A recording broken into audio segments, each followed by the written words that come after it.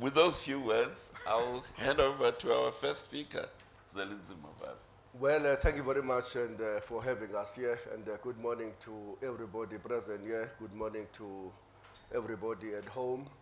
And before the State of the Nation address, I wrote a piece imagining myself to be in the shoes of President Jacob Zuma. And I, in that address, my own State of the Nation address, articulated the true challenges South Africa is facing today, premised on the fact that South Africa is going through its darkest hour in the first 22 years of democracy. Politically, we are in a deep crisis. Economically, we are in a deep crisis.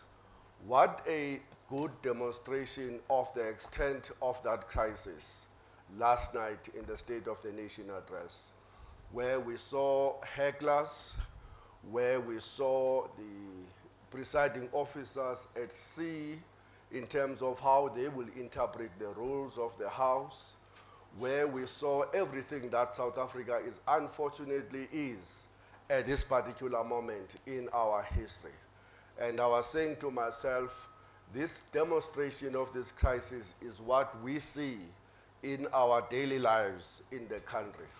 What we saw yesterday was the physical fights between the ANC members, the physical battles between the alliance formation. What we saw was the chaos in the Petro SA, the chaos in the South African Post Office, the chaos in Eskom, and the chaos everything. But more importantly, what we saw yesterday was a breaking down of the trust, which is such an important ingredient for any working society everywhere else in the world. I maintain that the trust, the contract that should exist between any government and its people has been broken. And that yesterday was offering the president yet another opportunity to rebuild that trust. And in my view, he simply dramatically failed to inspire the nation that in the context of the crisis we saw, there can be a way forward. The speech was one of the most boring, repetitive, in that everything that was said, there is something that I have heard over and over again, demonstration of policy incoherence, and unfortunately the government does no longer know its ideological stance. It doesn't know whether it is speaking from the left or from the right. One sentence, it appears to be speaking to the ordinary people in the street, the working class and the poor. The next sentence is speaking to the international investors. The next sentence is not speaking to anyone. It's something in between. And if I was a worker, unemployed, because 20 million South Africans were unemployed, 20 million of our people were younger, unemployed. Listening to that, somebody would have said that I don't have a hope in the damn next 20 years under these circumstances that my crisis is going to be resolved very soon.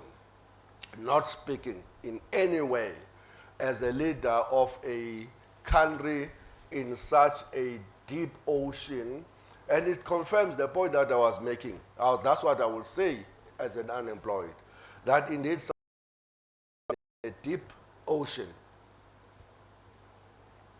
in a very dark night. And unfortunately, the captains, all of them have been blindfolded, and they don't have any compass at hand. And they don't know whether the ship is moving left, right, center, upward, south, west, east.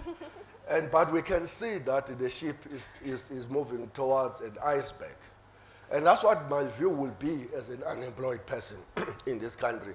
If I was an investor waiting to be inspired to spend the 1.5 trillion rands that big business is keeping in their banks, I would have not been inspired to want to spend a single cent more in the South African economy, which clearly have no plan about how we're going to bank in addition to the Reserve Bank tell us that our growth is going to be below 1%. So my view overall, the crisis remains and distrust have even deepened. South Africa have been tranquilized by unkept promises, and you will never.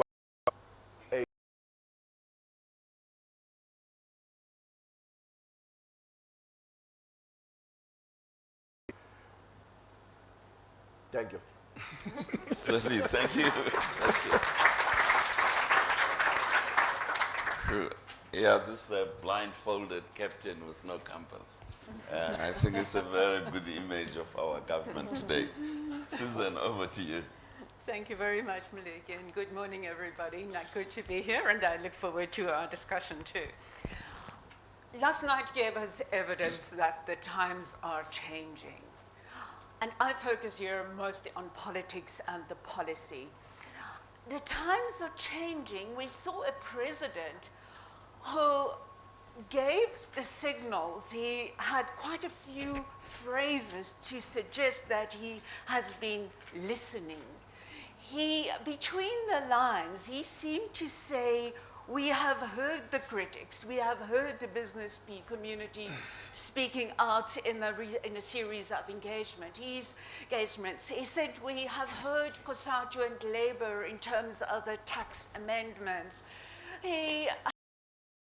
Elephant in the room, his own ANC caucus, people in the executive who have been betrayed in a way. Just a few days ago in the Constitutional Court, we had turned around and said, forget about all these Nkandla reports, and this is now, I'm looking out for myself, I'm rescuing myself, embarrassment all around. The applause yesterday, in yesterday's speech, being very acutely aware of that. It was so canned, and it came at the most inappropriate moments. It was as if his own ANC audience, they're obviously the ones who are applauding, didn't even know what is new. Perhaps they have just shut themselves off entirely the last few years, stopped critically engaging. Perhaps they didn't know what was new, that some things that they applauded were 2-3 years in the coming. And perhaps they wanted to give a signal to their own president that they really do not take his message. That was the feeling that I got from the ANC benches there. And if one gets that from the president's governing party, a party that I believe clearly doesn't know how to relate to its president anymore, apart from the fact that I do have heard from very good sources that he has definitely been told, you will be allowed to see out your term, but do not push your luck. Start clearing out the office. When your term is done, it will be done. Unless, of course, there is another nanny gate, then that process could really be put fast forward. But this is politics, and this was a State of the Nation address. So I think we have to listen out for the small signals of a president admitting, yes, the times have been changing. I have not got the power that I used to have even a few months ago, even if this is my last term, and even if people have been referring to me as a lame duck for quite some time. So the signals are small. The president was absolutely not celebratory.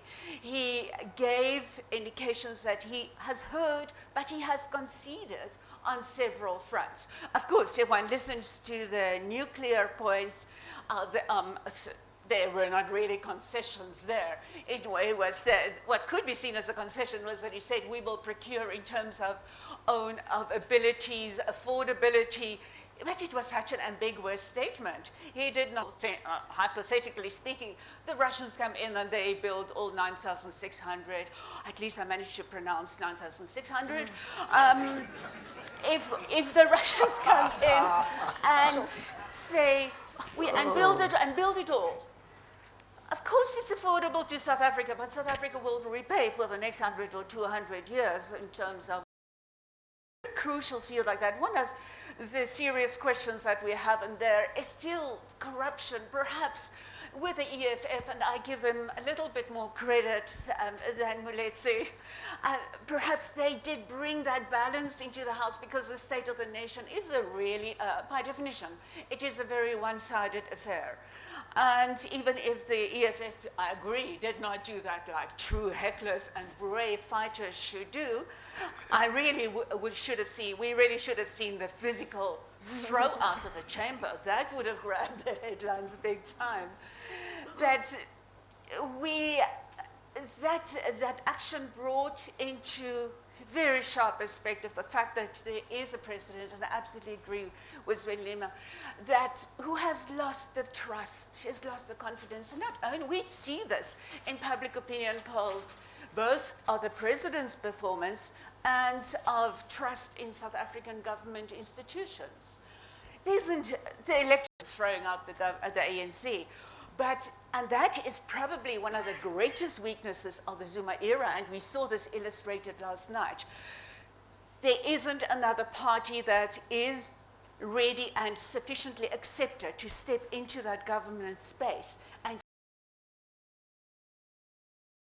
which is what I refer to my own work as deinstitutionalization of South African institutions, institutions of democracy in the time of Zuma.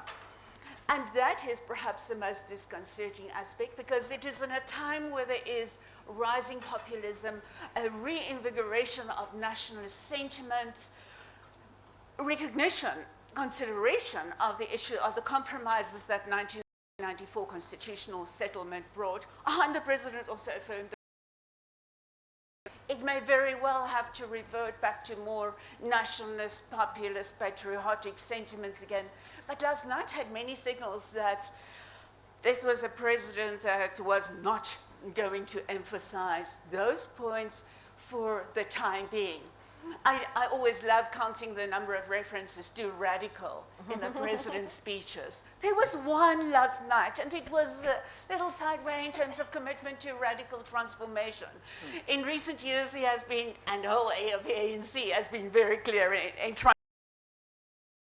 Many times they can use that word radical in there. So yes, we see here, to conclude, this evidence of the times are changing. And it was a very subdued ANC in that assembly last night. It was an ANC who did not know what to make of the members there, who didn't know what to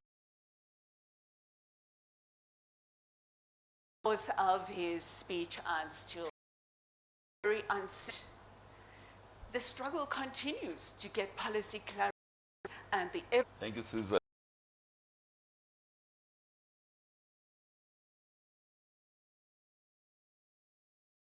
Broken down. Well, now, where is the alternative which the people will trust? Where will it come from? And what will its programs do? So that is my first question for the two of you. Okay, we have Stambile here, who tells me she's a distant relative of the other Mbete. But she says she doesn't mind points of order. So over to you, Stambile. Thank you very much. Somebody who's a far more direct relative of another person. So the official title for the speech yesterday was Following Up on Our Commitment to the People. And at the end of the speech, it was not quite clear what the commitment was or what follow-up had been given, actually. So I've got 4 comments to make, just as initially. Once the president actually got going after the theatrics, after the first hour, 45 minutes of his speech was about the economy. But in a speech, it was very clearly about the economy. The speech was clearly meant to be structured as a chief executive on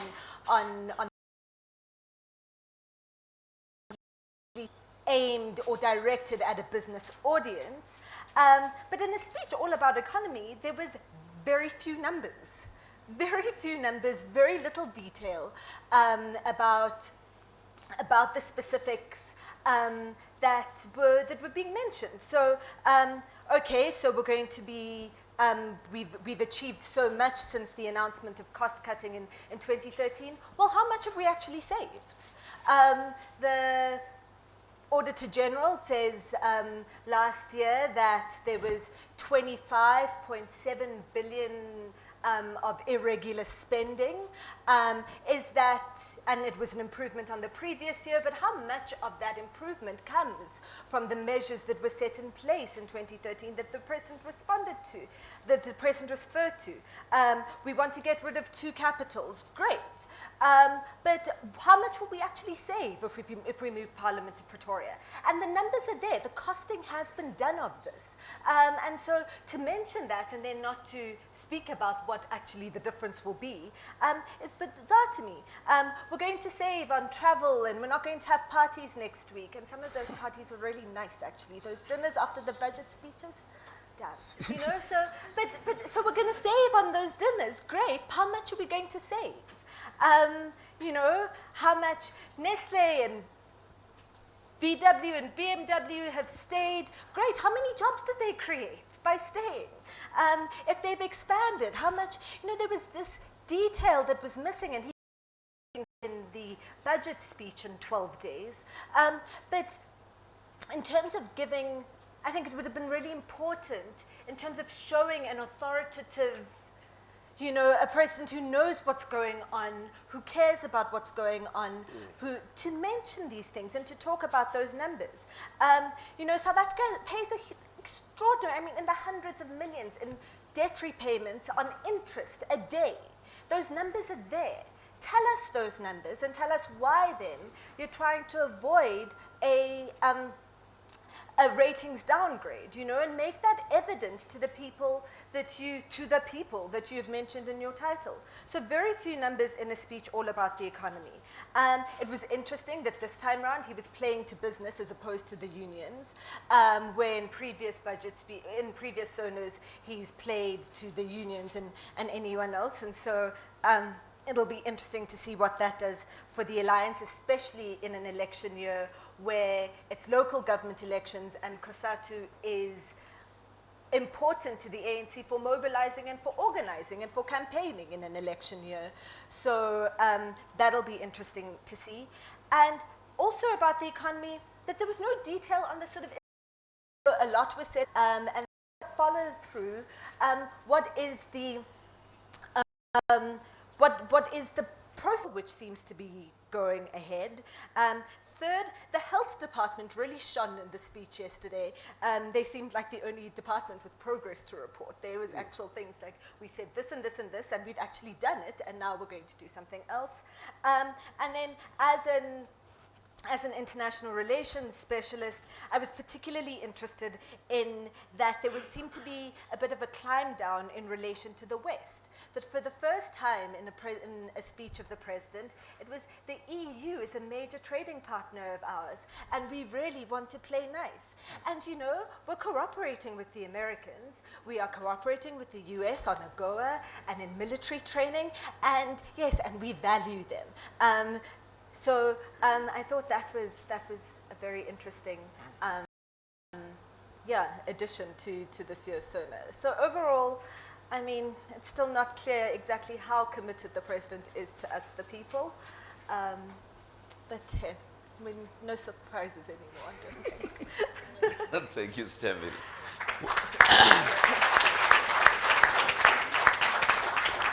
Well, on the question of commitment to the people, I was once told of an American ruler, a South American ruler, who was visiting the United Nations, and he was asked how the country is doing, and he said the economy is doing very well, but the people are not. So that seems like the attitude of our present government. Over to you, Andrew. Thank you so much, Babu Mpegi. I'll be brief. Hopefully, before we leave, you can explain to us what actually is a point of order, because last night I was totally lost. Everything that was raised apparently was not a point of order. But Winston Churchill likes to say that a good speech is like a woman's skirt. He says that it should be long enough to cover the subject and short enough to create interest. I think this was long. I certainly lost interest. And unfortunately, as long as it was, it didn't cover any of the real subject, certainly not from a business or economic sense. The president opened in the 45-minute section of the economy by saying, a resilient and fast-growing economy is at the heart of our radical economic transformation and agenda. And he then said, when the economy grows, it delivers jobs, workers earn wages, businesses make profits, tax base expands, allows the government to increase the social wage. It was to me as almost as if he was saying, well, the opposite happens when the economy doesn't grow. Because we are sitting at 0.7% according to the IMF, 0.9% according to the Reserve Bank. I think somebody else came up with 0.8%. So if the economy doesn't grow, first thing is you're not going to get any radical economic transformation. You can't share that which you don't have. There's no jobs that are going to be delivered.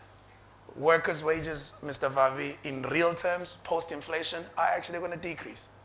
Because if I give my staff a 4% increase at 6.5%, 7%, or even 9%, as the Woolworths CEO told me last night, of food inflation, that essentially means that in real terms, that worker is earning less. If business makes less profits or makes losses, obviously the tax base can't collect. That means you can't really fund the infrastructure development that you're talking about. So I was quite confused by him opening with that line and not kind of wanting to show the world that he too and his government understand the economic situation that we're in. So he kind of teed up the ball for me and kind of addressed it and totally missed it. Because his next line was, here are the global factors, what's happening in Brazil, what's happening in Russia, those economies are essentially in a recession. We are struggling as well because what's happening in the globe and what's happening in China. He has some domestic factors that also influence us. He didn't go into detail on that. Then he talked about the fact that growth is going to be slow. And then he says, well, I will share a few points that we believe would make the difference. Then I was ready, I was like, yes, my president, let's go. Let's talk about the specifics. The first words out of his mouth were, our country remains an attractive investment destination. I sat there and I thought to myself, 0.7% return.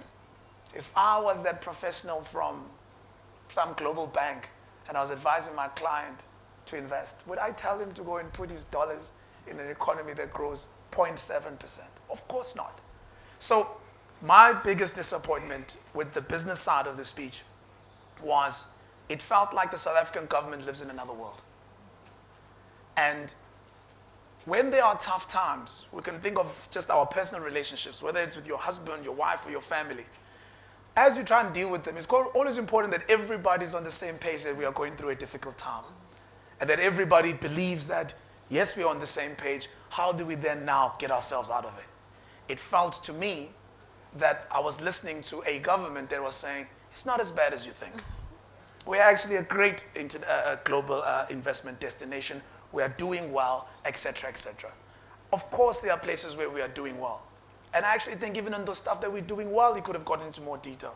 I'm not going to repeat a lot of the points that Stembile has already made. For example, Eskom. 3 years ago, we were in a real mess when it came to answering the question about electricity security. No matter what we say about our SOCs and all the mess that they are in, this company and this government has tried to abate this issue. We've done relatively well given the challenges we have. I think that was something we could have claimed. I think we could have gone into a lot more detail about how far we've come, even though we're not quite where we want to be. But 3 years ago, it was seen as, don't go to South Africa, there's no electricity. And I think we missed the opportunity to kind of hop on the couple of positives we've got. And instead, we missed that, and then we pretended as if the big stuff isn't there. Then I heard about a one-stop shop Invest South Africa initiative. Then I heard about an interministerial committee on investment promotion. As Bob Vavi has already said, the rhetoric, the same thing. Then I heard about we've got to remove red tape. Then I heard about we've got to remove legislative and regulatory blockages. I've been hearing about this for more than a decade. No, 20 years. It's about 20 years. It's about time we say, okay, you know, we said we're going to remove red tape 10 years ago. This is how far we've come. These are some of the challenges we've had, and this is how we're trying to fix them. Why do we need another initiative to attract investment? Is this the first time we realize that we as a country need to have a deliberate initiative to attract investment? So I was quite surprised by the way it was positioned. It was as if we've just realized this. So lack of detail for me, speech too long, covered everything in that I was not interested in anything else, but didn't really get into the detail. And the SOCs was also a missed opportunity, but Stembile has already mentioned that. And if we were trying to send a signal to the rating agencies particularly, because I can't stress further, Babon Beki, how important it is that we avert the sub-investment grade. I cannot stress even further, because getting out of it is the hard part. So you don't want to end up in there. And if that's what we were trying to do, I think we failed. I also did not have much faith that the president would say anything that would give them the kind of impetus to say, no, actually, given the update and the state of the nation that came from the president, perhaps let's rethink. But I was the eternal optimist. I think we as South Africans have learned to be. We've learned to hope for the best. And unfortunately, my worst fears were realized. And the president, I don't believe, did enough to convince the world that we are clear about our challenges. We've made some progress. There's actual numbers I can show you, just like it did on health, on the economy of the progress we've made. We've made progress on electricity security. Yes, we're not there, but we've made great progress. But we are clear about the challenges we have. You're not talking to people who live in Kukuland. It sounded like you were talking to people that didn't understand the challenges they have. And I think that didn't do us good. Andile, thank you.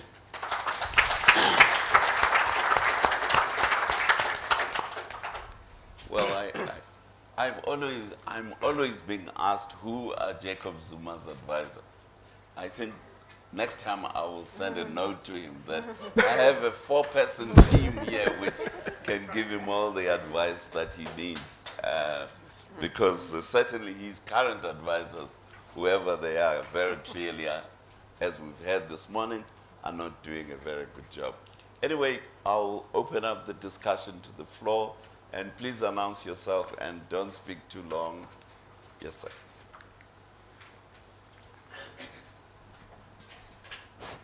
It's Louis Milka speaking. Can you hear? With the poor address that we got from the president, what chance do you think there is of a rerun by the scholars in Soweto of the Soweto riots in order to get proper schooling and opportunities for a better future? Thank you. There's somebody behind. Oh, Yeah, hold on. Wait. Thank you. My name is Mandla Pete, MD RMK Projects. It is obvious to all South Africans that the president is not doing well. The issue here is that as business people, as communities, what are we doing to make sure that the president leaves parliament because he's not doing anything for anybody? That is my question. Thank you. Thank you. Anywhere? Any Thank other you. question? Oh, Yeah. my name is Cleo Litsiri, a lecturer at Central Johannesburg TVET College. I have one question, but I'll start with a comment. Francis Fukuyama once said, the quality of governance is the real factor that determines whether the country will be rich or poor. But now the question I have, will South Africa ever see commitment to the professionalization of the state bureaucracy so that we can deliver quality services to the poor? Thank you. Thanks very much. My name is Advocate Mtusi Tsineng from the Gauteng Provincial Legislature. Firstly, Ndadembek, I want to speak to the panel first. I've got issues for all of them, but in the interest of time, I'll not raise them. I'll raise them outside with them individually.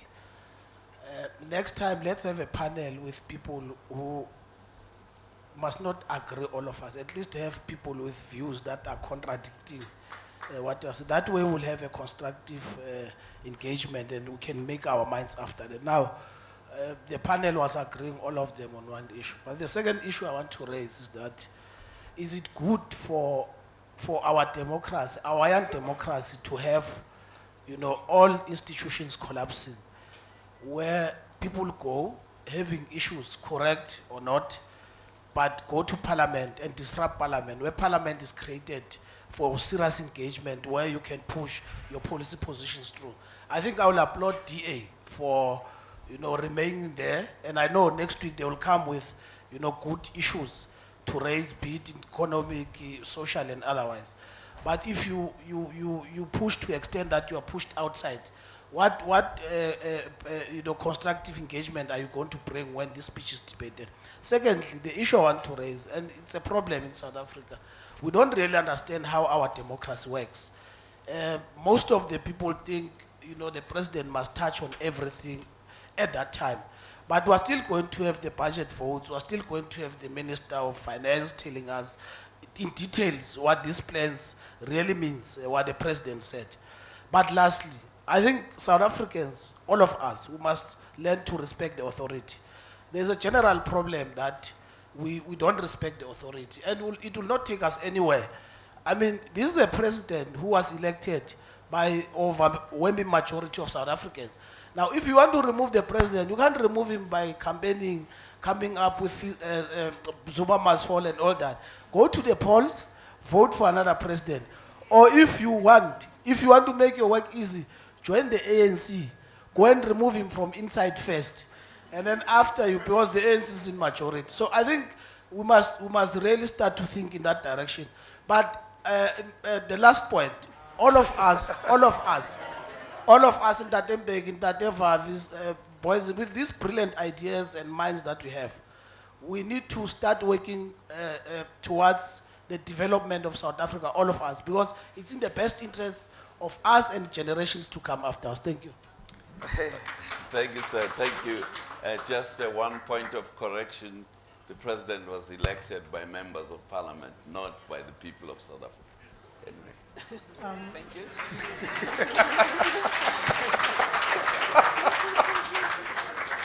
My name is Samgelo Masego from Jacaranda FM. My question would be based on an article that Moile Tsimpeki once wrote, that COSATU is just nothing but a lame duck that just cries and has no effective change in the policies of the ANC and the government.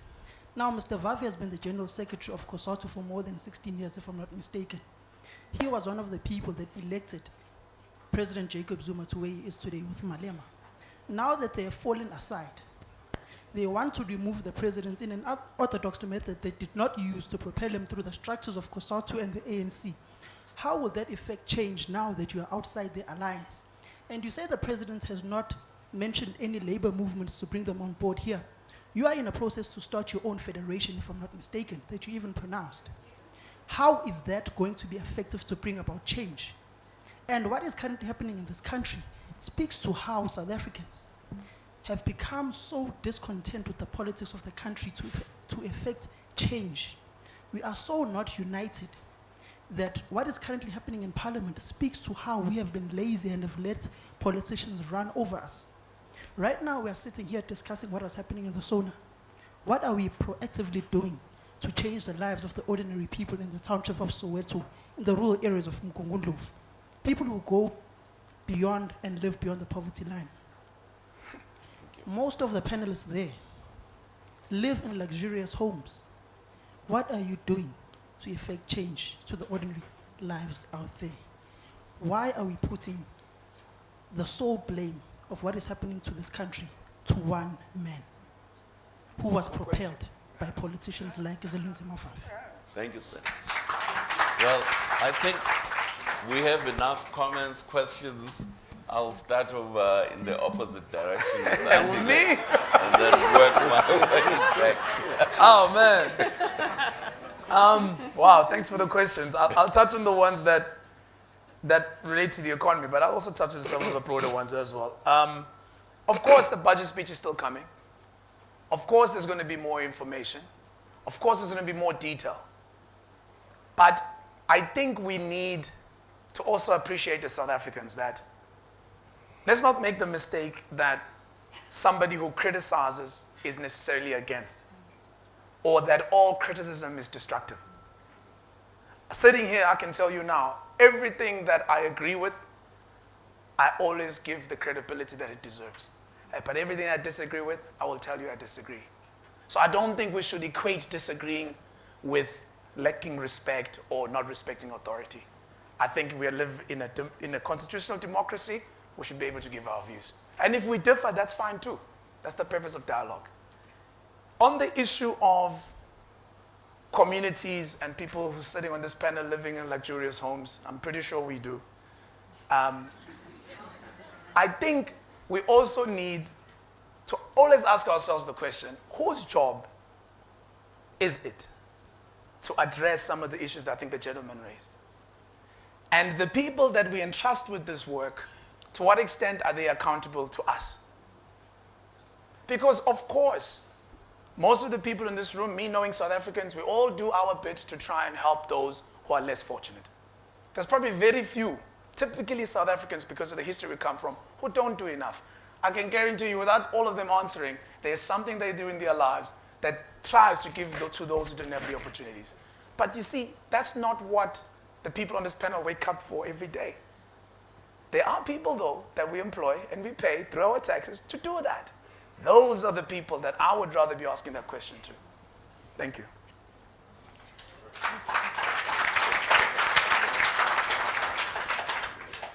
Okay, I'm going to touch on, I think, most of the questions that were asked.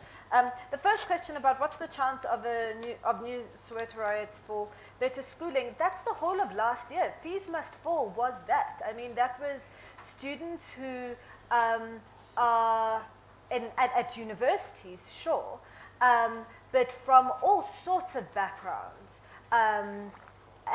economically and educationally, saying, well, there's something wrong with the system. There's something wrong with the way things are being done here, and we're going to take our inspiration from those who came before us to try and force government to do things differently. Whether that will have the kind of long-term effect that the 1976 uprising had, which was to really jumpstart liberation politics and activity in South Africa after over a decade of kind of quietness, has yet to be seen. But I think that we're definitely in a moment of serious student activity that I, at least as somebody who works at a university, I'm really happy about. And I think that the students have done remarkable work. I mean, at my own university, the outsourcing, is being phased out over the next 2 years, and it was students that really got that issue on the table, and I think that that's incredible. And so I think that we're in a moment of significant student activity and momentum, and I think that should be celebrated and encouraged. How can business get rid of the president? I mean, I don't think that, and I think that this is the problem with the way in which the EFF protested yesterday and coped to a certain degree. Our problems won't be solved if we get rid of this one man. I know that he is the embodiment of so many of our frustrations, or people's frustrations, but the recall of the president, as we saw with the last one, who is related to someone on the panel, doesn't solve anything, because the country still needs to run, business still needs to go on. And so I think that this focus and this obsession with we need to recall Zuma must fall isn't helpful.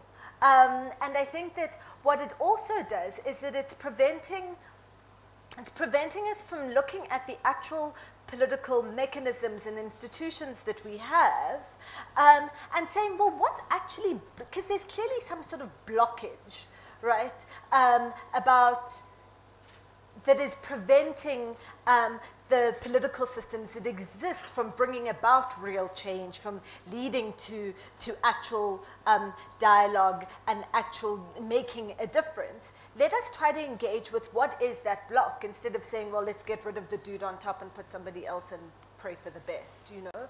And so I'm not convinced that the Zuma must fall, that getting rid of the person on top at the moment is going to get us very, very far. On the question on governance, you know, and one of the things that I'm most disappointed about this speech is that there was very an update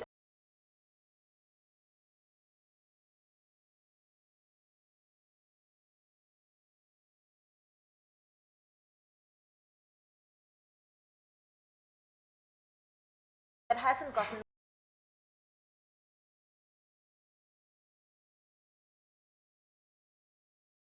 you know, the realization of a professional state bureaucracy is really important, and I think is almost fundamental to achieving many of the goals that we have as a country.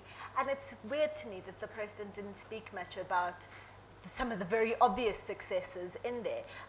One of the big things is, I mean, there's a school of governance that was launched last year. What's going on with that? You know, how is it going? How is it operating? Yeah, I think it was one of those conspicuous absences in the speech. Yeah, and that's actually where I'm going to leave it. I will let the professional hecklers respond to the issues of disruptions and authority. Thank you, Stanley. Just again, we were accused by the speaker at the back of having panelists, of choosing panelists who agree amongst themselves. I hope you feel better that Stambile has denounced the Zuma must fall movement, and here is one of the leaders of that movement. So at least on this one issue, there is disagreement. Over to you, Susan. Thank you, Mletsi. And I'll actually start with your first question as to the insufficiency of current opposition and where that challenge might eventually come from. When I say politics is changing in South Africa, it's not just the governing party. Opposition politics is also changing. But it's a piecemeal type of change we have. And I think that style of change will continue in South Africa. We see progress by opposition parties. DA has been incrementally growing from election to election. And the EFF came in with a very good 6% start, not as good as the COPE start was, but pretty close. Interestingly enough, in subsequent public opinion polls up to late last year, that's the latest statistics that I saw, is that the EFF is growing faster than other opposition parties at this stage. Of course, it was too long before a next election in order to filter that 13% support that it got in a national opinion poll, a credible one, to filter that by, are you registered to vote and do you intend voting? Closer to elections, polling companies start doing that. So party political opposition is changing. And the new parties are forming and possibly forming, and I will leave that to better experts than me to inform us about that. We know there are very slow starts, for example, around United Front and whether a NUMSA-related party might be emerging. That is going to be very interesting when that starts happening, because the EFF in the 2014 national elections, provincial elections, for example, got a large chunk, especially in the Northwest, of their support from workers and from mine workers, from Marikana areas, from in the Rustenburg municipality. And whether those chunks of left of the ANC support can start cohering to form a bigger mass, or whether they will be eating into one another's support bases. That is a very big question that's going to be faced in due course. And here, so far we have the EFF, and they are making points that actually articulate, not just with what a few panelists might say, but with what large chunk of South Africans are saying about trust in institutions and give respect to institutions, respect to the Constitution and many other institutions of democracy where it is deserved.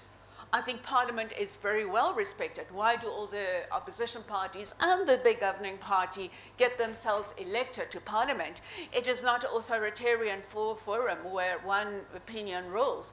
That is a forum for engagement. Is it not the hugest possible sign of disrespect not to challenge, not to debate, not to interrogate everything that is being said there? I think that our own governing party is very often guilty of, not just in Parliament, but also in provincial legislatures and municipalities, not to interrogate their own leaders, not to ensure that voters actually do get represented instead of primarily what is the interest of a certain party. Is that interest the same as unemployed South Africans' interest, as employed, engaging South Africans' opinions? All those opinions need to be reflected in those institutions for those institutions to get respected and to be able to function well. And the same goes for the state bureaucracy. That was one of the biggest serious silences in yesterday's speech. Corruption and cronyism, except when the Zupta must fall issue came about and there was a little bit of articulation about big issue of waste functions. If we take away the functions, several of the big government departments will hardly function. I know the Ministry of Women's Affairs has got a reputation of being the Department of Functions. That is a big thing. That is outreach. Those are occasions, especially in pre-election times, where community engagement is being effected. So corruption and cronyism was a big, big issue. Local government, we're entering this year of local government elections. There are tens of thousands of points of procurement in local government where things go wrong, obviously in other spheres of government as well. We need a professionalization of the public service in order to address that. But that is not how politics work in current South Africa.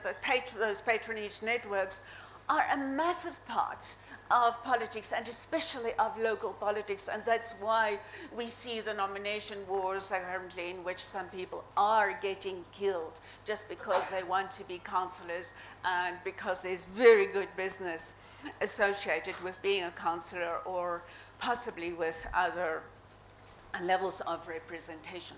So that is probably one of the biggest challenges that we're facing, to get that professionalization. The fact that we need that does not mean I see progress towards achieving that.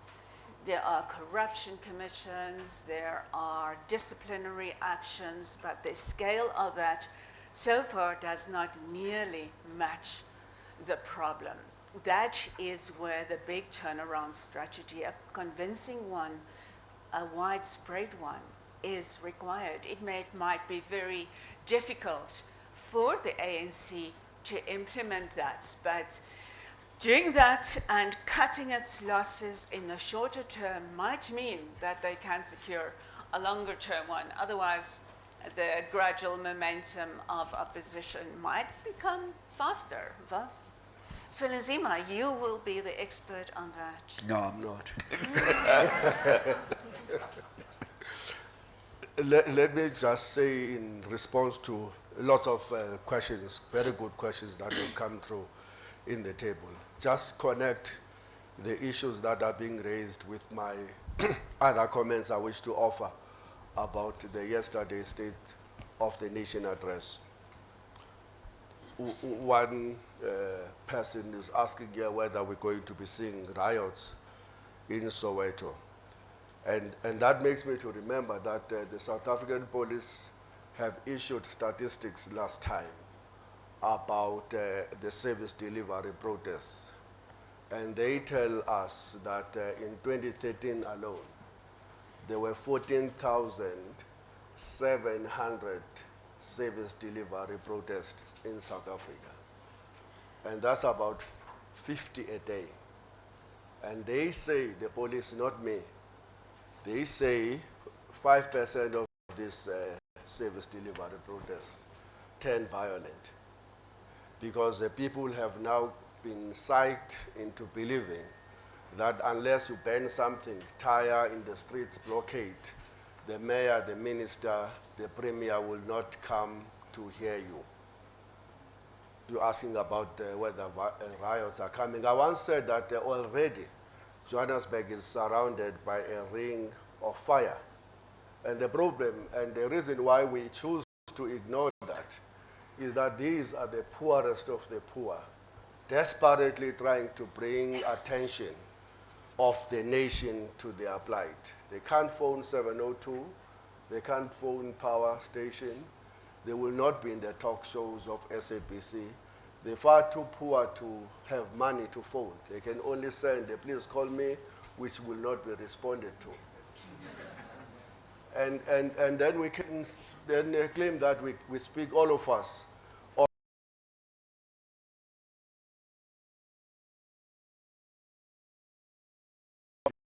informal settlement. Or we never part of any service delivery ourselves.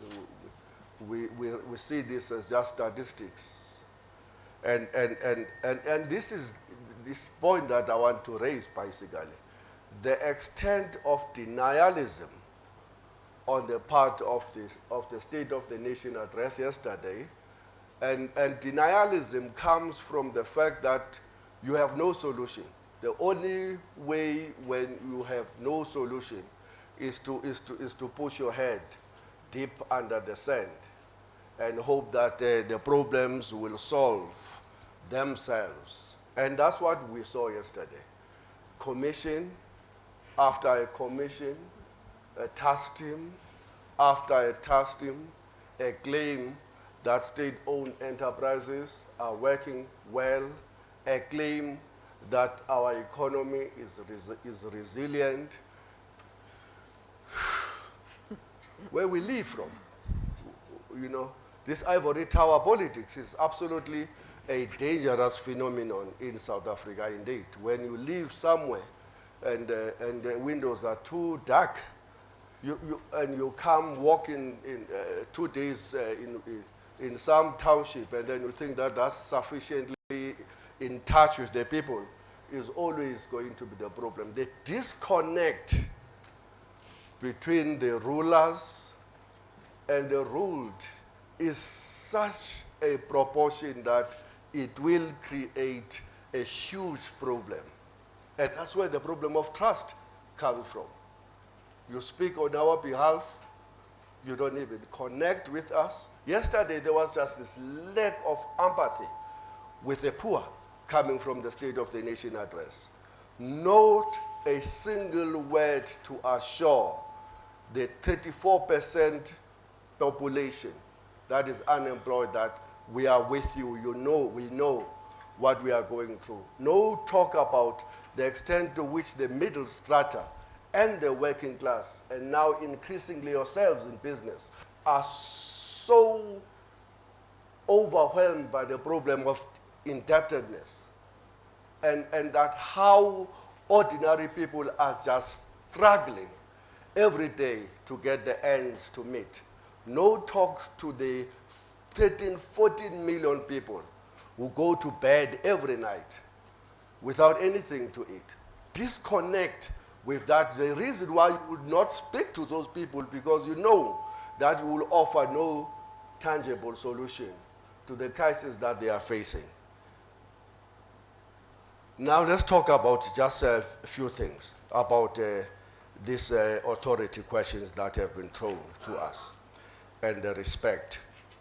Yes, all of us must respect, all of us must guard against the collapse of the institutions, because no one in this country will want to see a total chaos where there is just no authority, no law, and order, nothing. Everything falls apart. It is not in the interest of anyone for us to achieve that type of a situation. But here is the point that we make. These disruptions yesterday, these demonstrations, and you're saying you want to teach some people about how you become a heckler. And I said this is a demonstration of the state of affairs in our country, unfortunately. The same State of a Nation address happens in the same week where the lawyers of the president would have gone to the Constitutional Court to make an admission that the president is in breach of his own oath and that he has broken the constitution of the land. Which bigger lack of respect of authority and institution is greater than that? Respect is not shouted in the rooftops. Respect is earned on a daily basis.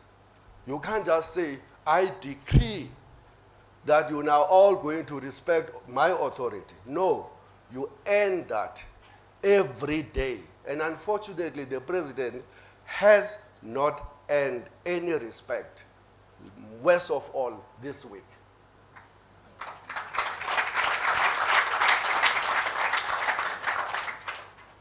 And secondly, I said in my little speech where I was imagining myself as a leader of a country facing the type of the crisis in this proportion, I said that the people who are saying Zuma must fall are wrong. They are missing the point. That's where I agree with you.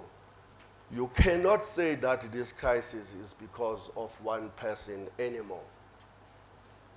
This is the crisis of the entire cabinet.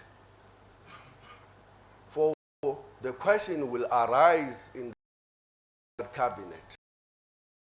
Decided to kick a Chapter 9 on the mouth to start a new investigation on the Ngadla question and then present that as the authority above a Chapter 9 institution, which was actually a breach of oath on the part of each one of them.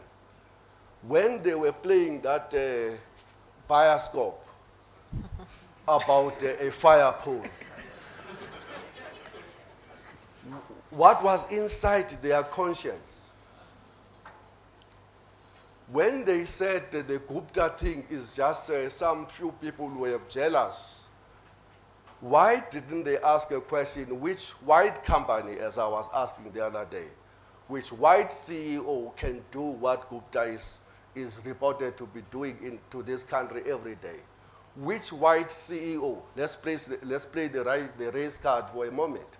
Which white CEO have ever asked residents to agree that they, as the powerful company, will build a helipad in their house, and that the residents must accept that there will be a noise from a helicopter every morning and afternoon when they go to work and come back? Which South African can land a helicopter in the zoo? Which South African can arrange that their family friends use the water glove to land there and be whisked away by 2011 traffic cops to some private wedding? Why are we allowing these things to happen and then claim to have any moral authority? That's why my point is, not one person must go. The collective in the cabinet must live together with the president. And secondly, every member of the National Executive Committee, certainly those who have been giving him a round of applause and providing him with the protection when South Africa was crying out for leaders of moral authority, must go with him.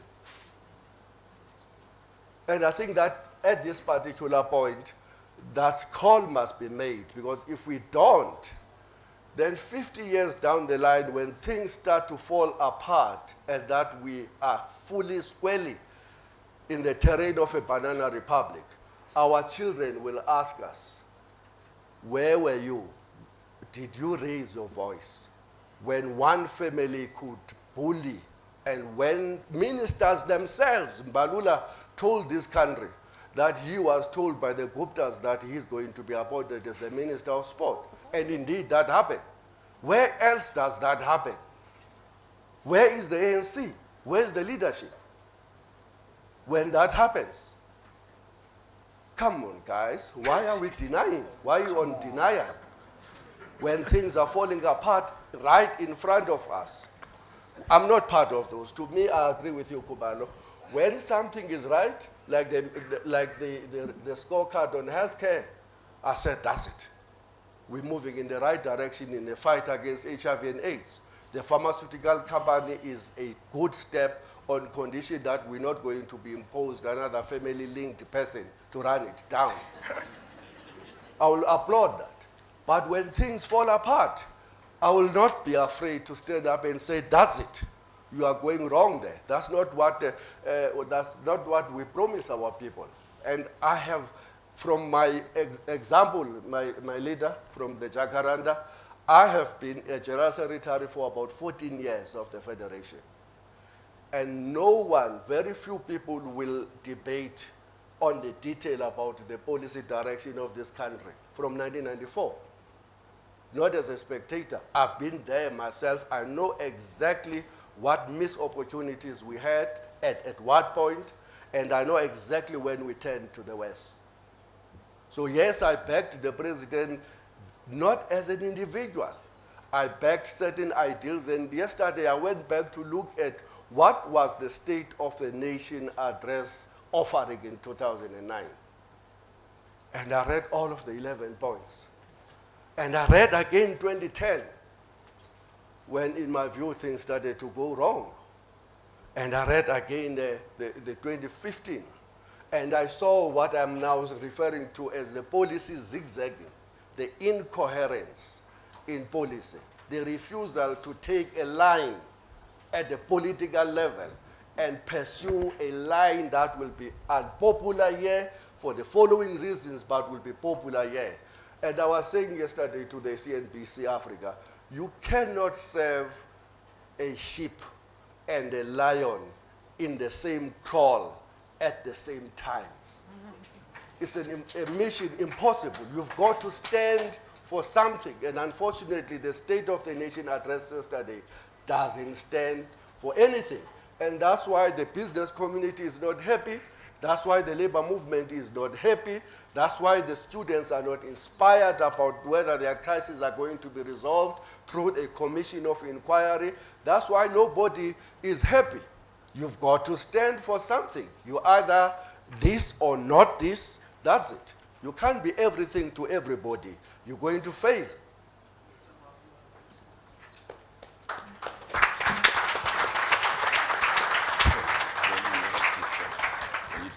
I'm done. Okay, thank you. Okay, Zweli, thank you very much. Well, according to the timetable, we are already running out of time. This is a working room for the university, so we have to vacate it by 9 o'clock.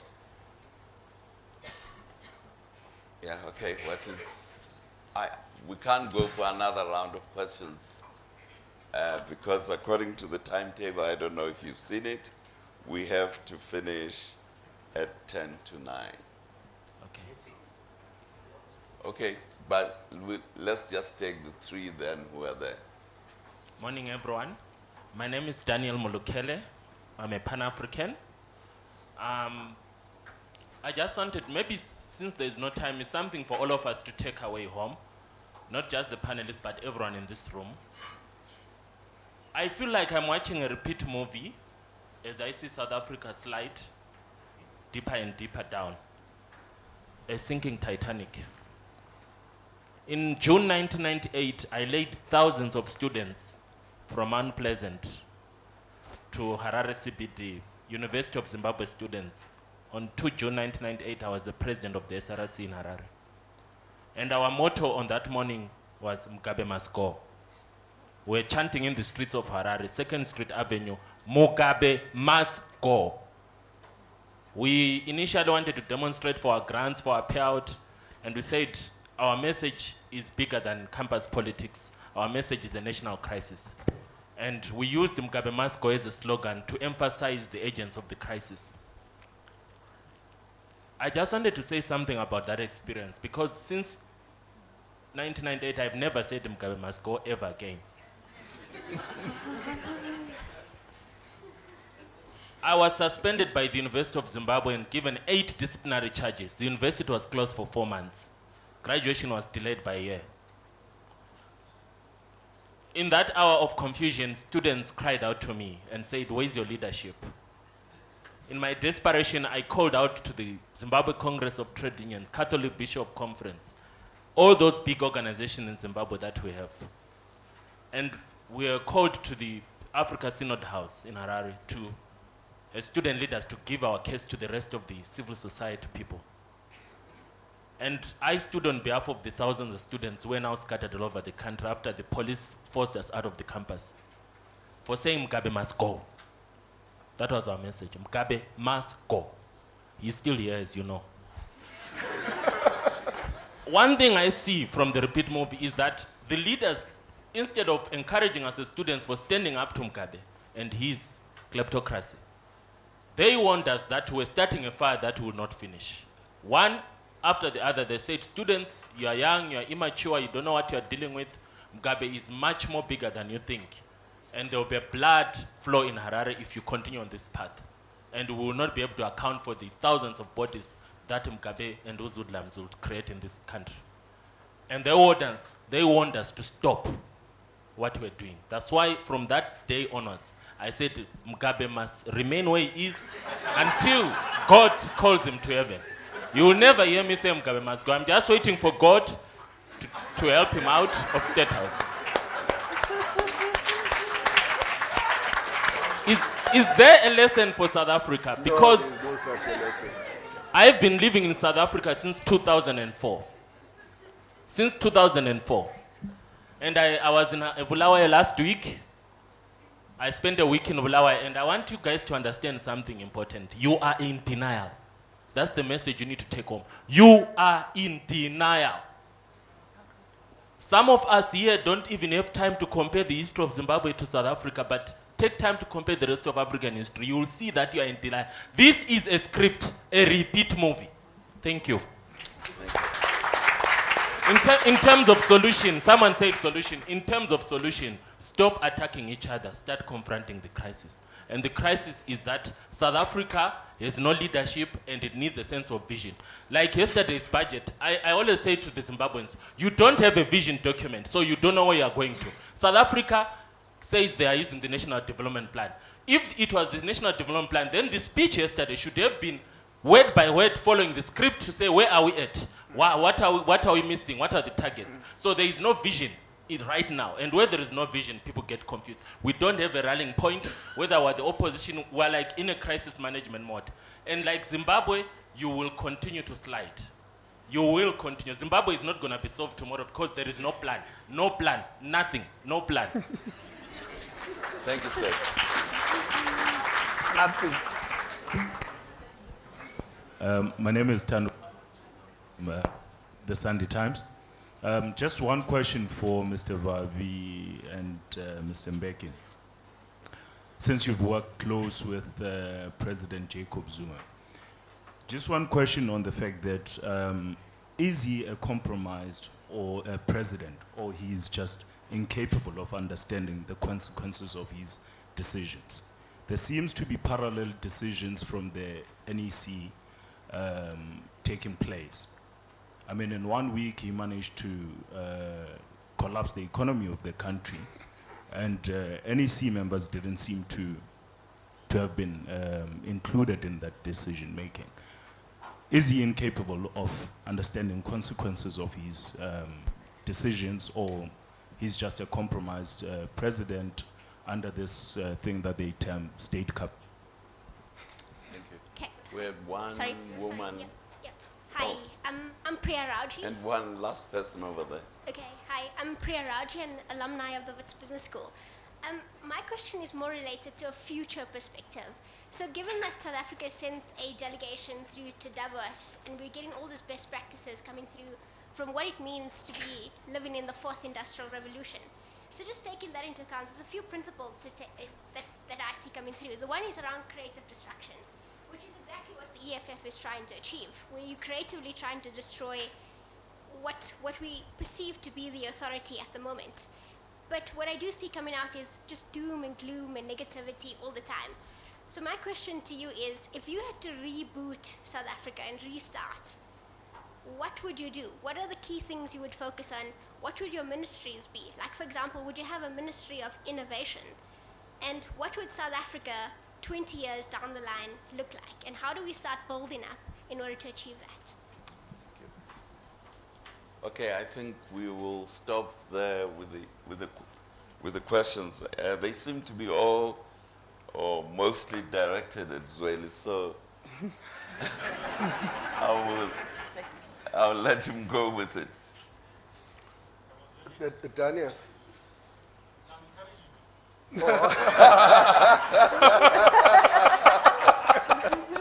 I hear. Thank you very much, my comrade. I need that now. Where's Daniel now? Yeah, I agree a crisis. That's what my whole input this morning was about. And I agree about that we are in denial and that we're repeating the same script we've seen in Zimbabwe. And, but I only disagree with him on one thing. And that's a fundamental disagreement. He says, wait for a godly intervention.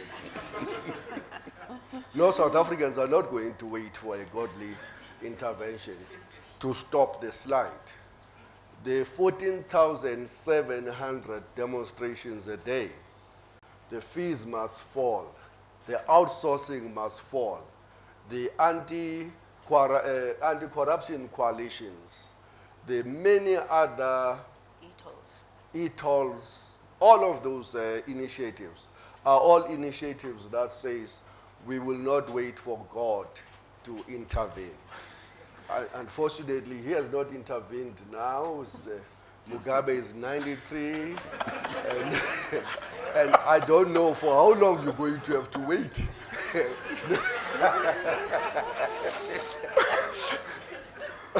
We can't wait for, no, we can't wait. We just not, it's not like us that we just wait for that. I'm sorry. So I agree with everything except that point. The point that makes me to say, however, in response to Daniel, which is my concluding remarks, and this is something I said elsewhere, that certainly South Africa is stuck. We are in a crisis. We're going nowhere. As I was saying, we are in a deepest ocean, directionless. No compass. Our captains have been blindfolded. But South Africa has not been broken. There is still hope that with everything that we have to our huge advantage, we can move the opposite direction of Zimbabwe. And what we need in this country more than anything else at this moment, at this dark hour, is courage. In particular from the good men and women that Nelson Mandela spoke about, that they exist in all corners of the society. The day we master that courage to say, not in our name, all of us, we will turn the direction towards the promised land. And that's what I think we need in conclusion. Secondly, Sunday Times, the president, I'm sorry I have to end on this rather a little bit negative. You're asking whether he is compromised and whether there is an incapacity inbuilt there.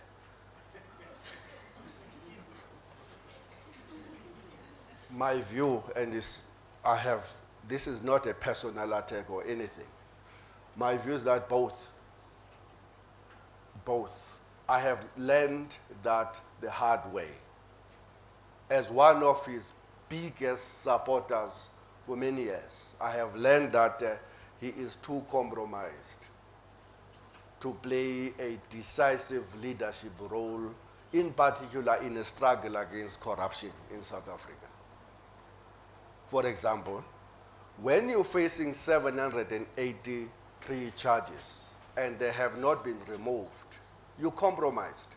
Because then when suddenly there is evidence emerging that almost every appointment is motivated by one consideration, I want people who will ensure that I never have to face those 783 charges.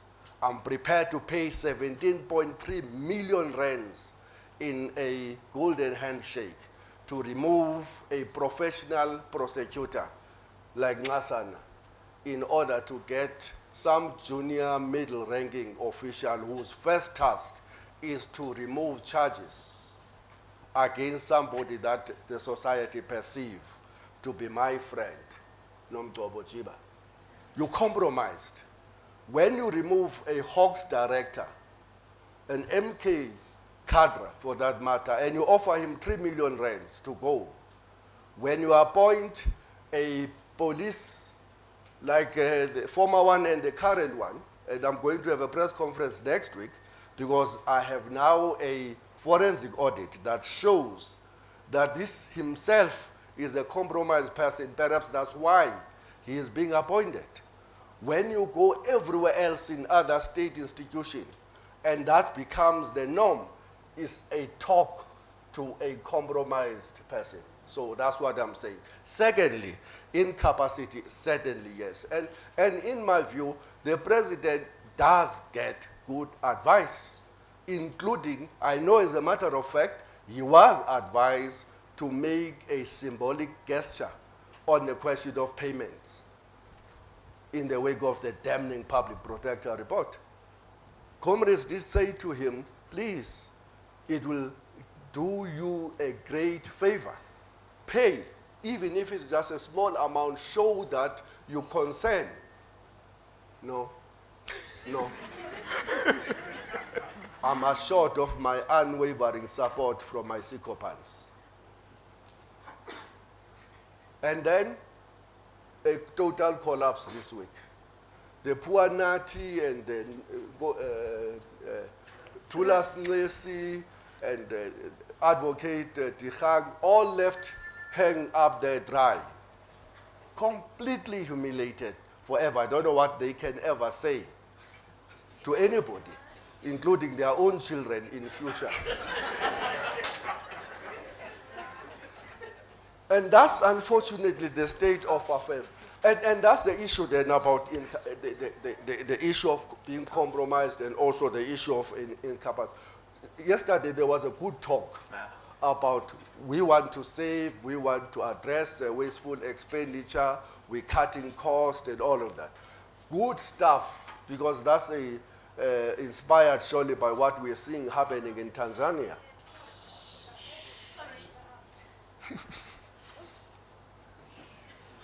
We're inspired by what is happening in Tanzania. But in South Africa, who will believe that? Who will believe that? You spend 250 million in your own house. Yeah. You do nothing about it. You allow a minister to upgrade his fence. Hey, things that are happening in this country for 16 million rands. And you spend 34 million rands in security upgrades in Cape Town. And then you turn around to the nation and say it's tough times, tighten your belts, and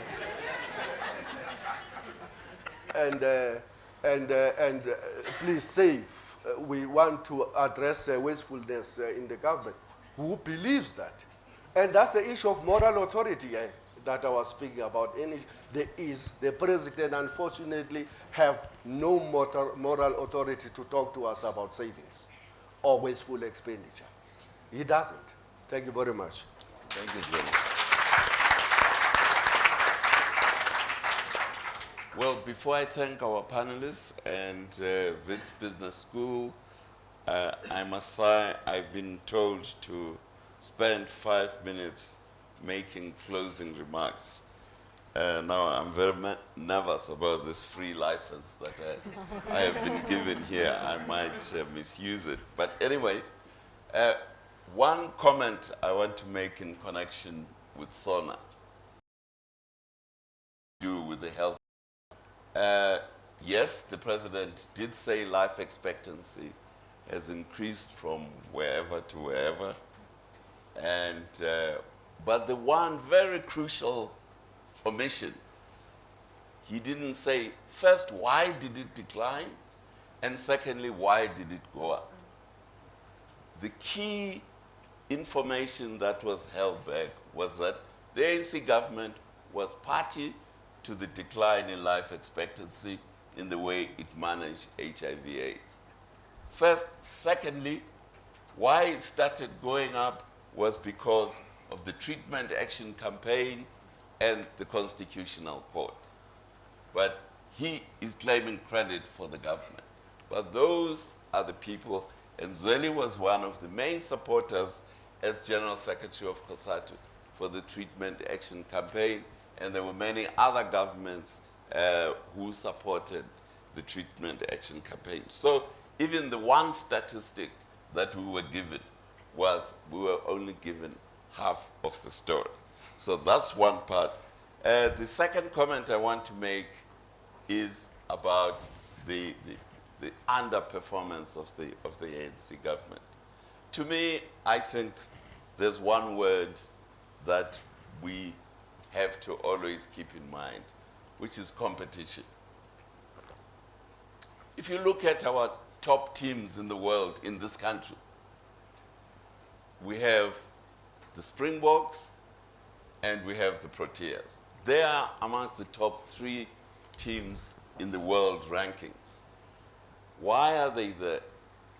It's because they compete with the best in the world, which is other cricket teams, global cricket teams, and other global rugby teams like the All Blacks. Our team at the bottom of the world and African ratings are Bafana Bafana. Why? Because they compete amongst themselves. And if you try and watch the PSL leagues, well, you will be in tears by the time they finish. So there is no real competition. They are not competing. They always fail in Africa.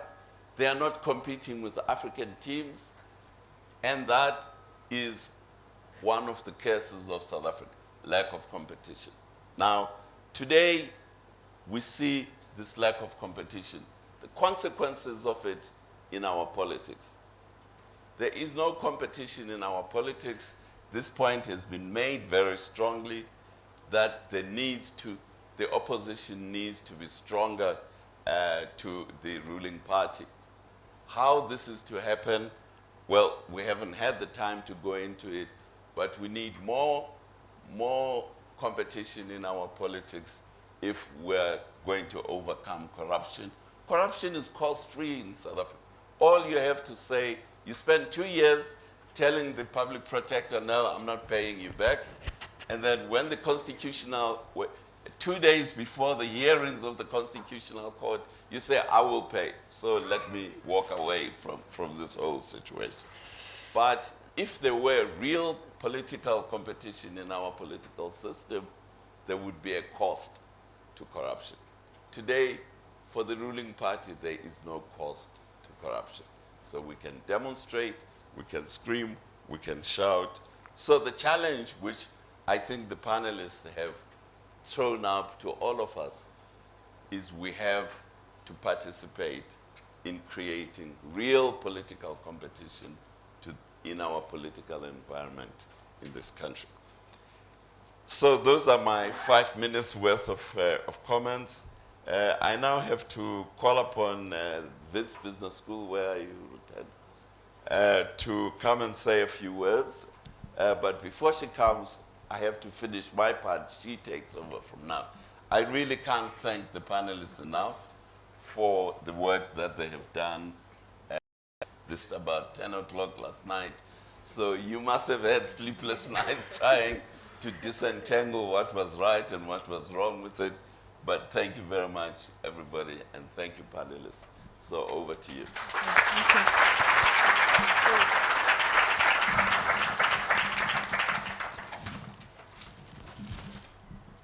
So ladies and gentlemen, let's give our panel members a round of applause. I thought they were very brave. Thank you so much. So on behalf of the Wits Business School, we have a token of appreciation for each panel member. Mr. Mbeki, thank you for moderating our session. Mr. Vavi, you were very brave. Thank you for your frank input. We really appreciated it. Professor Poison, thank you so much for being on our panel. Thank you. Ms. Mbete, thank you so much for being here. And last but not least, Mr. Kumalo, power to you. Thank you so much. Thank you. Ladies and gentlemen, I hope you'll be able to join us on the 26th of February. Save the date, we'll be having a post-budget speech analysis and insights panel discussion. You'll see the information on our website by the end of the day. Thank you for coming and keep well. That was great. Thank you. Thank you. Hey, it was. Thank